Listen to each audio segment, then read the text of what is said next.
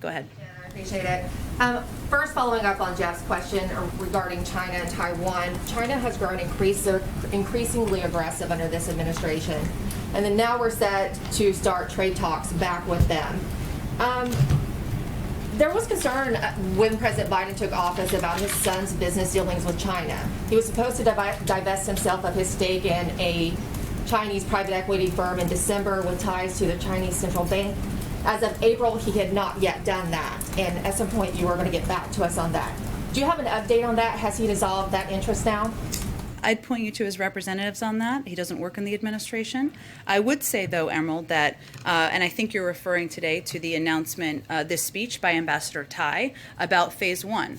And what I think it's important to note here is that this approach definitely differs from the approach of the prior administration, in our view. Their approach hurt select sectors of the American economy and wasn't targeted to address strategic problems we have. These initial steps will help, are going to realign our trade policies towards, from the PRC toward our priorities. And that's the objective of this president. It's just the first stage in this process. Obviously, the ambassador gave an extensive speech today. As we enter into this, though, the president has said during the campaign that none of his family will have any business relationship with anyone that relates to a foreign corporation or a foreign country. Wouldn't it be assuring to the American people as we head into this if they just let the American people know if Hunter has divulged himself of that? Well, again, I conveyed to you, and then I think I'm going to have to move on, that you should talk to his representatives. And there's no reason to yell. I'm certainly not yelling.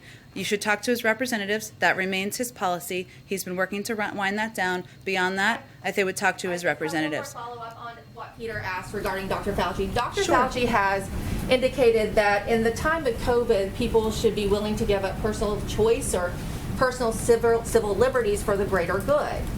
We're also seeing very disturbing images out of Australia. So first off, I want to know, does the president agree with that statement by Dr. Fauci? And then secondly, does President Biden support what the Australian government is doing in their country? And would he consider similar measures in the United States if case count goes up, continues to go up over the winter? The president has been pursuing our own policies here in the United States, which has led to nearly 80% of the American public getting at least one shot and bringing the cases of COVID down dramatically over the past several months. So we'll continue to abide by and conduct our own policies. Go ahead. Thanks.